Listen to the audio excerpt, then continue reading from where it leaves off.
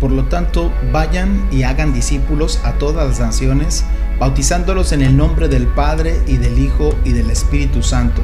Enseñen a los nuevos discípulos a obedecer todos los mandatos que les he dado y tengan por seguro esto, que estoy con ustedes siempre hasta el fin de los tiempos. Mateo 28, 19 y 20. ¿Qué tal? Bienvenidos, mi nombre es Rafael Arévalo y el día de hoy les traemos una nueva lección de nuestro discipulado y desarrollo cristiano Sal y Luz, las ordenanzas de Cristo, que es nuestra lección número 6, y en particular vamos a ver el bautismo y la Santa Cena. Vamos a descubrir en qué consisten los dos sacramentos que dejó Jesucristo de forma expresa a todos los creyentes, cómo nos identifican y cómo nos hacen ser parte de la iglesia. Así que por favor quédate con nosotros y comenzamos. Si estuvieras a punto de realizar un viaje muy largo sin regreso y tuvieras que decirle tus últimas palabras a tus amigos o a tus familiares, ¿qué les dirías? Las últimas palabras siempre están cargadas de mucha emoción y también de instrucciones importantes. Antes de que Jesús fuera ascendido al cielo, la Biblia registra sus últimas palabras en Mateo 28, 29 y 30, donde expresa lo que pudiéramos llamar su última voluntad, que es hacer discípulos, bautizándolos y enseñándoles a guardar sus mandamientos. El día de hoy quiero compartir contigo estos dos sacramentos que nos unen a la iglesia y que nos identifican como creyentes. Y vamos a comenzar por el bautismo. Para ser discípulo de Cristo es necesario bautizarse. Jesús no habló del bautismo como una opinión, sino como un mandamiento para todos los que reciben el mensaje de sus discípulos, el Evangelio. De manera que ser bautizado no es opcional para ningún creyente en Cristo, sino obligatorio. Y así lo indica la práctica de la iglesia en el primer siglo, según se registra en el libro de los Hechos. Y vamos a leer algunos pasajes para que lo puedas notar. Hechos 2:41 dice: así pues, los que recibieron su mensaje fueron bautizados, y aquel día se unieron a la iglesia unas 3,000 personas. Hechos 18:8 dice: Crispo, el líder de la sinagoga, y todos los de su casa creyeron en el Señor. Muchos otros en Corinto también escucharon a Pablo, se convirtieron en creyentes y fueron bautizados.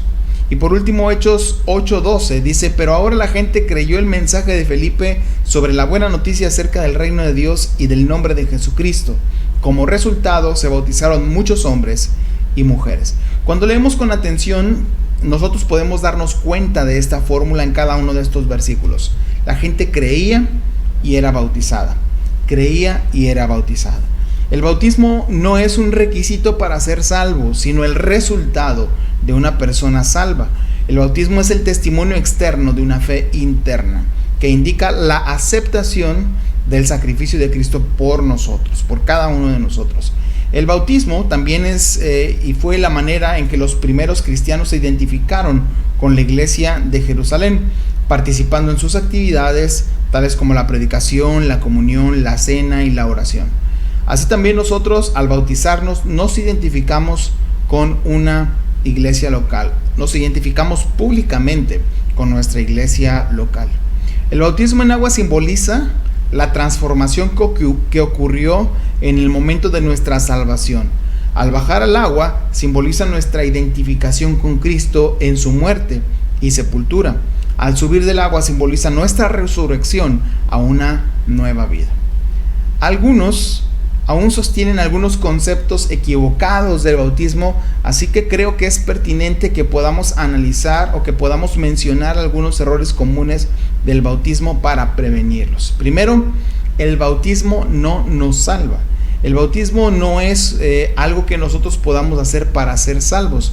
Lo único que, de acuerdo a Hechos capítulo 16 versículo 31, debemos hacer para poder ser salvos es creer en Jesucristo. El bautismo no es para salvar, sino porque ya somos salvos. Número 2, tampoco es un paso hacia la salvación, sino un testimonio público de lo que somos. Yo testifico a través del bautismo lo que hay dentro de mi corazón, la fe que tengo dentro de mi corazón. Y número 3, el bautismo no nos hace más santos, sino la obediencia.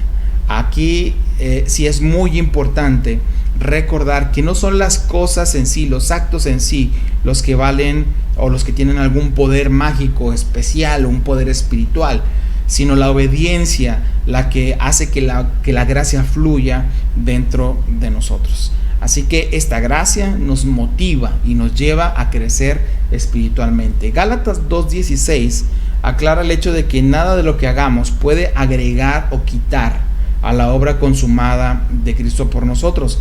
Y esto obviamente incluye el bautismo. Dice así: sabiendo que el hombre no es justificado por las obras de la ley, sino por la fe de Jesucristo. Nosotros también hemos creído en Jesucristo para ser justificados por la fe de Cristo y no por las obras de la ley, por cuanto a las obras de la ley nadie será justificado. En resumen, el bautismo no salva, pero los salvos sí se bautizan y no es una opción para ellos, y todo creyente debe saberlo. Ahora vamos a hablar de la Santa Cena. La segunda ordenanza es la Santa Cena. A estas ordenanzas de Dios se les llama sacramentos, que significa instrumento para santificar. Es decir, son los medios o los instrumentos que Dios ha provisto para impartir su gracia y para poder justificarnos y santificarnos. En otras palabras, son los medios por los cuales crecemos espiritualmente. No es que el acto tenga poder en sí mismo, vuelvo a repetir. Sin embargo, cuando se hacen subordinados a una vida de obediencia y de santidad, Dios imparte bendición espiritual a través de ellos. Para ilustrar este punto, me gustaría que pensaras en una manguera de agua para jardín, de esas mangueras convencionales. La manguera no es especial en sí misma, pero cuando está correctamente conectada a la fuente, es el canal por el cual fluye agua muy refrescante. Esa manguera es nuestro medio de gracia. La Santa Cena fue instituida por el Señor Jesucristo la noche que fue entregado como señal del compromiso del nuevo pacto. Y fíjate qué interesante esto que te voy a contar. El antecedente de la Santa Cena está en la Pascua judía, que era la festividad anual más sagrada de la religión judía. Conmemoraba la última plaga de Egipto, ¿recuerdas? La muerte de los primogénitos. Para que los primogénitos israelitas se pudieran salvar, tuvieron que marcar con la sangre del cordero, es decir, tuvieron que matar un cordero, y con la sangre de ese cordero marcaron todos los dinteles, tanto de la puerta como de las ventanas. El mandato de Dios era que esta festividad fuera celebrada a través de todas las generaciones futuras. Después de que los dinteles eran manchados con la sangre, las familias asaban el cordero, asaban el sacrificio y se lo comían con pan sin levadura. Esta historia se registra en Éxodo capítulo 12. Cuando Jesús y sus discípulos celebraban justamente esta festividad judía, estos relatos se encuentran en Mateo 26, Marcos 14, Lucas 22 y Juan 13. Jesús tomó un pedazo de pan y dio gracias a Dios. Mientras partía el pan, se los daba. Él dijo: tomad, comed, esto es mi cuerpo, que por vosotros es partido. Asimismo tomó también la copa después de haber cenado. Les dio la copa y bebiendo ellos de ella, él dijo: esta copa es el nuevo pacto en mi sangre. Haced esto todas las veces que la bebiereis en memoria de mí. Después, él concluyó la fiesta cantando un himno, según Mateo 26:30.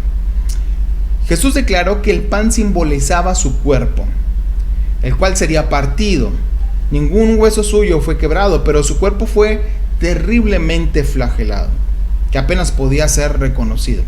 El jugo de uva hablaba de su sangre, indicando la terrible muerte que en breve él experimentaría.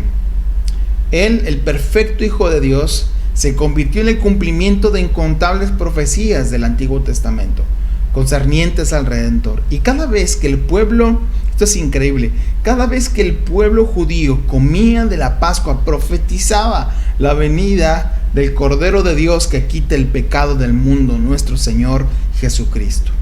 Cuando él dijo: haced esto en memoria de mí, Jesús indicó que esta era una ceremonia que debía ser practicada en el futuro por todos los creyentes. Y desde entonces los discípulos participamos de la Santa Cena hasta que Cristo venga.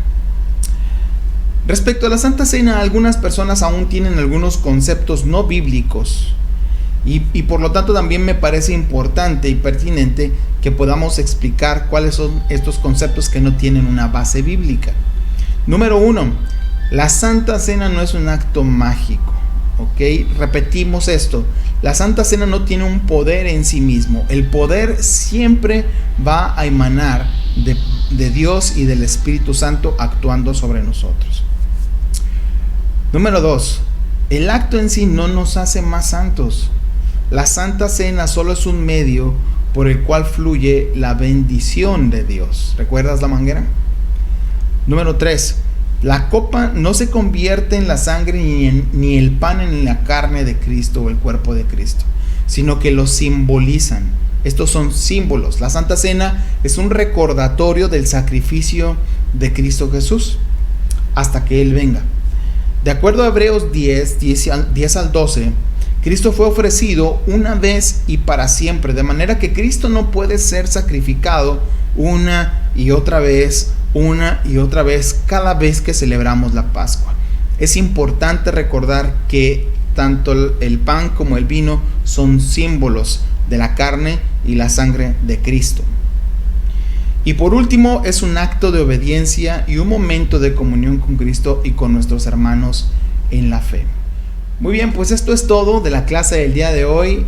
Espero que la hayan disfrutado y quiero invitarte a que pases a realizar las actividades que puedan concretar tus conocimientos en estos nuevos temas para ti y para mí.